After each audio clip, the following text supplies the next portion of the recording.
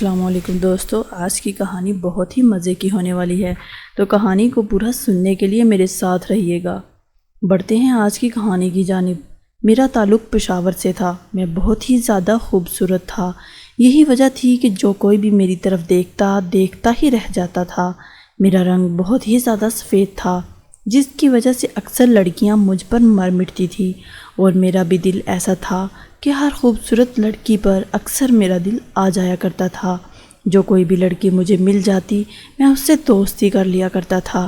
University کے 4 سال بھی میں نے ایسے ہی گزار دیے تھے، یہاں تک کہ مجھے کچھ بھی نہیں آتا تھا۔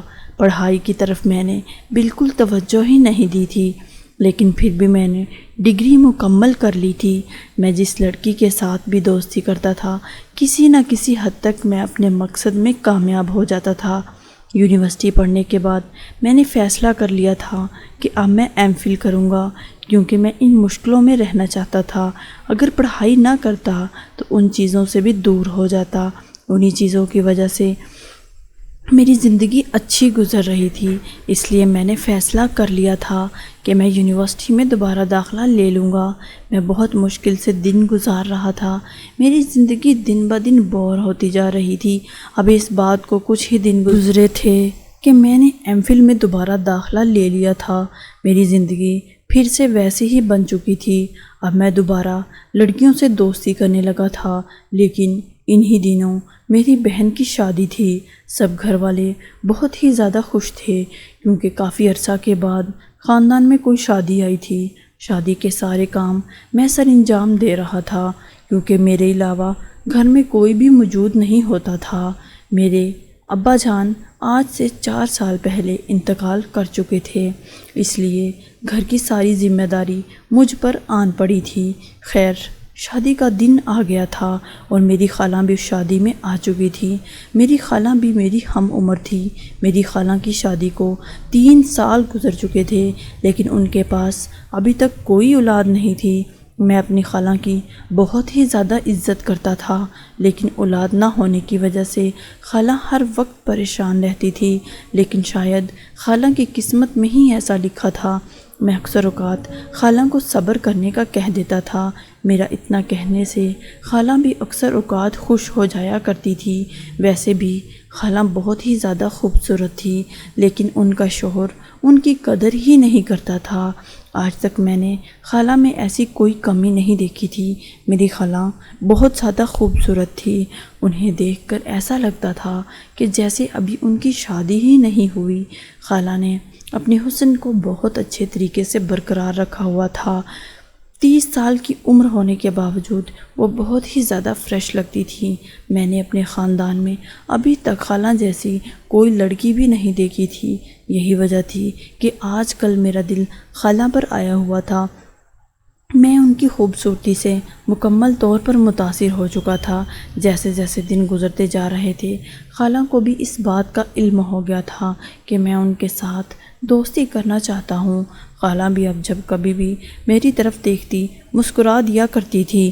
میری بہن کی شادی مکمل ہو گئی تھی، اب خالہ واپس جانے لگی تھی، لیکن میں نے خالہ کو روک لیا تھا کہ کچھ دن اور ہمارے گھر رک جائیں۔ خالہ نے میری بات مان لی اور وہ کچھ دنوں کے لیے ہمارے گھر رک گئی۔ ادھر میری بہن کی رخصتی ہو چکی تھی۔ اب گھر میں اور میری ماں اور میری خالہ رہا کرتے تھے۔ خالہ کو اس حالت میں دیکھ کر مجھے خالہ پر بہت ہی زیادہ ترس آتا تھا، لیکن خالہ اکثر میری بات کو غلط سمجھ لیتی تھی۔ لیکن جیسے جیسے دن گزرتے جا رہے تھے، میری خالہ کافی زیادہ خوش دکھائی دے رہی تھی۔ میں ہر وقت اپنی خالہ کے کمرے میں ہی رہتا تھا اور ان سے باتیں کرتا رہتا تھا۔ خالہ بھی ہمارے گھر میں بہت ہی زیادہ خوش تھی۔ دن ایسے ہی گزرتے جا رہے تھے۔ ایک روز اچانک جیسے ہی میں سو کر اٹھا تو خالہ کے کمرے میں چلا گیا۔ میری نظر جیسے ہی خالہ پر پڑی تو میں بہت ہی زیادہ حیران ہوا۔ آج خالہ نے کالے رنگ کا لباس پہنا ہوا تھا۔ وہ اس لباس میں بہت ہی زیادہ خوبصورت لگ رہی تھی۔ انہیں دیکھتے ہی میری آنکھوں میں چمک پیدا ہو گئی تھی۔ میرے اندر ایک عجیب سا احساس جاگنے لگا تھا۔ خالہ کی طرف دیکھتے ہی میں مسکرا دیا۔ خالہ نے بھی مجھے کمرے کے اندر بلایا اور بیٹھنے کو کہا۔ میں مسلسل خالہ کی طرف دیکھ رہا تھا۔ میں خالہ سے بات کرنا چاہتا تھا، لیکن پھر میں یہ سوچ کر چپ کر جاتا کہ شاید خالہ برا ہی نہ مان جائیں۔ لیکن خالہ نے مجھے کبھی بھی نہیں ڈانٹا تھا۔ وہ میری ساری حرکتوں سے واقف تھی کہ میں کیا چاہتا ہوں، کیونکہ باتوں ہی باتوں میں نے خالہ کو سب کچھ بتا دیا تھا کہ میں آپ سے دوستی کرنا چاہتا ہوں۔ خالہ بھی میرا سارا مقصد سمجھ چکی تھی۔ خالہ اچھی طرح جانتی تھی کہ میں یہ دوستی کس لیے اور کیوں کرنا چاہتا ہوں۔ پھر میں نے دل مضبوط کیا اور بات کرنا شروع کر دی۔ اس روز میں نے خالہ سے کہا، آج آپ بہت ہی خوبصورت لگ رہی ہیں۔ خالہ میرے پاس بیٹھ گئی اور مسکرانے لگی۔ خالہ نے مجھ سے کہا، یہ کالا لباس میں نے صرف اور صرف تمہارے لیے پہنا ہے۔ خالہ کی ایسی باتیں سن کر مجھے بہت ہی زیادہ عجیب محسوس ہوا، کیونکہ اس بات سے اندازہ ہوا کہ خالہ بھی مجھ سے دوستی کرنا چاہتی ہے۔ میں نے خالہ کی جانب دوستی کا ہاتھ بڑھا دیا تھا اور میں یہی چاہتا تھا کہ خالہ کے واپس جانے سے پہلے ہی میں اپنا مقصد پورا کر لوں اور اپنے مقصد میں کامیاب ہو جاؤں۔ اس لیے میں جلد از جلد خالہ سے ایسی بات کرنا چاہتا تھا۔ میں اب صرف موقع کی تلاش میں تھا۔ ایک روز میں نے موقع کا فائدہ اٹھایا جب گھر میں کوئی بھی موجود نہیں تھا اور خالہ کے ساتھ وہ بات چھیڑ دی۔ پہلے تو میری خالہ ایسی بات سن کر بہت ہی زیادہ خوفزدہ ہوئی۔ ان کے چہرے کا رنگ اڑ چکا تھا، لیکن اچانک خالہ کی آنکھوں سے آنسو آ گئے اور وہ مجھ سے معافی مانگنے لگی۔ خالہ مجھ سے کہنے لگی، میں بہت زیادہ بے سکون ہوں۔ جب سے میری شادی ہوئی ہے مجھے بالکل بھی سکون نہیں ملا۔ میں خالہ کی بات سمجھ چکا تھا۔ جب خالہ نے ایسی بات کی تو میں کافی زیادہ نرم پڑ گیا تھا۔ اس روز میں نے خود سے اور خالہ سے وعدہ کیا کہ میں آپ کی ہر ضرورت پوری کروں گا اور آپ کو پریشان ہونے کی کوئی بھی ضرورت نہیں۔ یہ ساری باتیں صرف اور صرف ہم دونوں کے درمیان ہی رہیں گی۔